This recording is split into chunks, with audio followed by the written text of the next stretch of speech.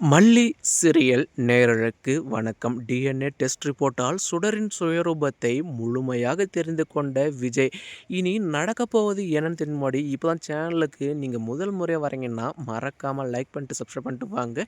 வீடியோக்குள்ளே போயிட்டு என்னதான் சுவாரஸ்யமான விஷயம் நடக்குதுன்னு பார்த்தீங்கன்னா, ஒரு பக்கம் நம்ம விஜய் எப்பவும் போல் இப்போது பிஸ்னஸ் விஷயமா வெளியே போவாங்க இல்லையா, அந்த ஒரு டைமில் இந்த சுடர் இருந்துட்டு, விஜய் நான் தான் ஆல்ரெடி சொன்னேன் இல்லையா, அதுக்கப்புறம் எங்கே போகிறீங்க, சரி வாங்க எனக்கு வந்து மருதாணி வச்சு விடுங்க அப்படின்ட்டு இப்போது விஜயோடைய கையாலேயே இந்த சுடர் இருந்துட்டு மருதாணி எல்லாம் வச்சுப்பாங்க இல்லையா, இந்த ஒரு விஷயத்த வச்சு மல்லியை வந்து கடுப்பேற்றணும். ஏன்னா மல்லியை கடுப்பேற்ற நினைக்கிற ஒவ்வொரு விஷயத்திலும் கடைசியில் மல்லி நம்மளை தான் வந்து கடுப்பேற்றுறா, இப்போ என்ன பண்ண போகிறாங்கள பார்க்கலாம் அப்படின்ட்டு இப்போது மல்லி இங்கே பார்த்தியா என்னுடைய புருஷன் எனக்கு ஆசையாக வந்துட்டு கையில் மருதாணி எல்லாம் வச்சு விட்டு இருக்காங்க, உனக்கு இப்படிலாம் வச்சு விட்டு இருக்காங்களா, அதுவும் என்னுடைய கல்யாணத்தில் பாட்டு கச்சேரி கூத்து கும்மாளம் இப்படின்னு எக்கச்சக்கமாக வந்து இருக்க போகுது அப்படின்னு சொல்லி கடுப்பேற்றுவாங்க இல்லையா.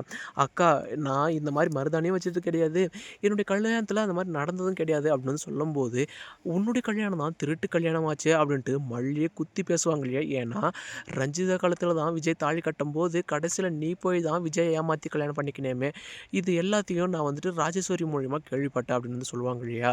அப்போது நம்ம மல்லியும் மறுபக்கம், "ஏண்டி என்னவ கடுப்பேத்த நினைக்கிற? இனி பாரு விஜய் வச்சு விட்ட மருதாணி உன் கையில எப்படி இருக்குன்னு நானும் பார்க்க தானே போறேன்." அப்படின்னு நினச்சிட்டு, இப்போ நம்ம மல்லி இருந்துட்டு, இந்த ரேணுகா அப்படியே முன்னாடி போகும்போது, பின்னாடி போயிட்டு அவளுடைய முதுகுல தட்டும்போது தான், அவளுடைய கையில இருந்த மருதாணி எல்லாமே கீழ விழ ஆரம்பிச்சிருது. அதுக்கப்புறமா, அச்சோ! எல்லாம் வேஸ்ட்டா போச்சேன்ட்டு இந்த ரேணுகா இருந்துட்டு கையெல்லாம் கழுவிருவாங்க இல்லையா. அப்போ, "என்னக்கா சாயம் பிடிக்கலையா?" அப்போ விஜய்க்கு என்னுடைய புருஷன் விஜய்க்கு உன் மேலே வந்துட்டு பாசம் அன்பு இது சுத்தமாக இல்லையான்னு வந்து கேட்கும்போது மல்லி, அது விழுந்துருச்சு, அதுக்குன்னு விஜய்க்கு என் மேலே பாசம் அன்பு இல்லாமலாம் இல்லை, அன்பு பாசம் இல்லாமலாம் வெண் பண்ணுற மாதிரி ஒரு அழகான செல்ல பொண்ணு எங்களுக்கு வந்து இருக்கா அப்படின்ட்டு வந்து சொல்லுவாங்க இல்லையா.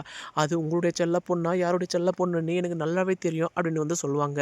மறுபக்கம் இப்போது இந்த ரேணுகா நிஷா அதுக்கப்புறம் இந்த ரஞ்சிதா ராஜேஸ்வரி இவங்கெல்லாம் உட்காந்துட்டு நம்ம மல்லியை வேலை வாங்கணும் அப்படின்னு நினச்சிட்டு, மல்லி எங்களுக்கு ஜூஸ் போட்டு கொண்டு வா அப்படின்னு வந்து சொல்லுவாங்க இல்லையா. மறுபக்கம் நம்ம மல்லியும் ஜூஸ் எடுத்துகிட்டு போய் கொடுப்பாங்க இல்லையா. அப்போது நம்ம இந்த ரேணுகா இருந்துட்டு மல்லி வேலைக்காரி அப்படின்ற ஒரு விஷயத்த எல்லா நேரமும் சொல்லி சொல்லி காட்டி அவளை வந்து கடுப்பேற்றணும் அப்படின்னு நினச்சிட்டு, இப்போது என்ன மல்லி ஜூஸ் வந்து அருமையாக போடுறிய, ஆமாம் அவள் எப்பவுமே நல்லா தான் போடுவா அப்படின்ட்டு ராஜேஸ்வரி வந்து சொல்லுவாங்க இல்லையா. என்ன மல்லியா அப்போ விஜய் கல்யாணம் பண்ணிக்கிறதுக்கு முன்னாடி நீ வந்து ஏதாச்சும் ஜூஸ் கடையில் வந்து வேலை பார்த்தியா அப்படின்னு மல்லியை குத்தி பேசுவாங்க இல்லையா. அப்போ இருங்கக்கா இதுக்கு எல்லாத்துக்கும் பதிலடி இன்னும் கூடிய சீக்கிரம் தரப்போகிறேன் அப்படின்னு சொன்னபடி தான் கடைசியில நாம இந்த போலியான ரேணுகா, அதுக்கப்புறம் கதிரேசன் இவங்களுடைய பிளட் சாம்பிள்லாம் வச்சு பார்த்தாங்க இல்லையா, அந்த டிஎன்ஏ டெஸ்ட் ரிப்போர்ட் வந்துருது. அது கடைசியில விஜய் கைக்கே வந்துட்டு, இப்போ உண்மையான ரேணுகா கிடையாது, இவ கதிரேசனுடைய பொண்ணே கிடையாது, இவ தன்னுடைய மனைவியே கிடையாது அப்படின்ற ஒரு விஷயத்த தெரிஞ்சுக்கிறாங்க. இதுக்கு அடுத்தடுத்து என்னென்ன சுவாரஸ்யமான விஷயங்கள், இன்ட்ரெஸ்ட்டான இந்த நம்ம சேனல் வந்து ஃபாலோ பண்ணுங்க ஃப்ரெண்ட்ஸ். தேங்க் யூ ஃபார் வாட்சிங்.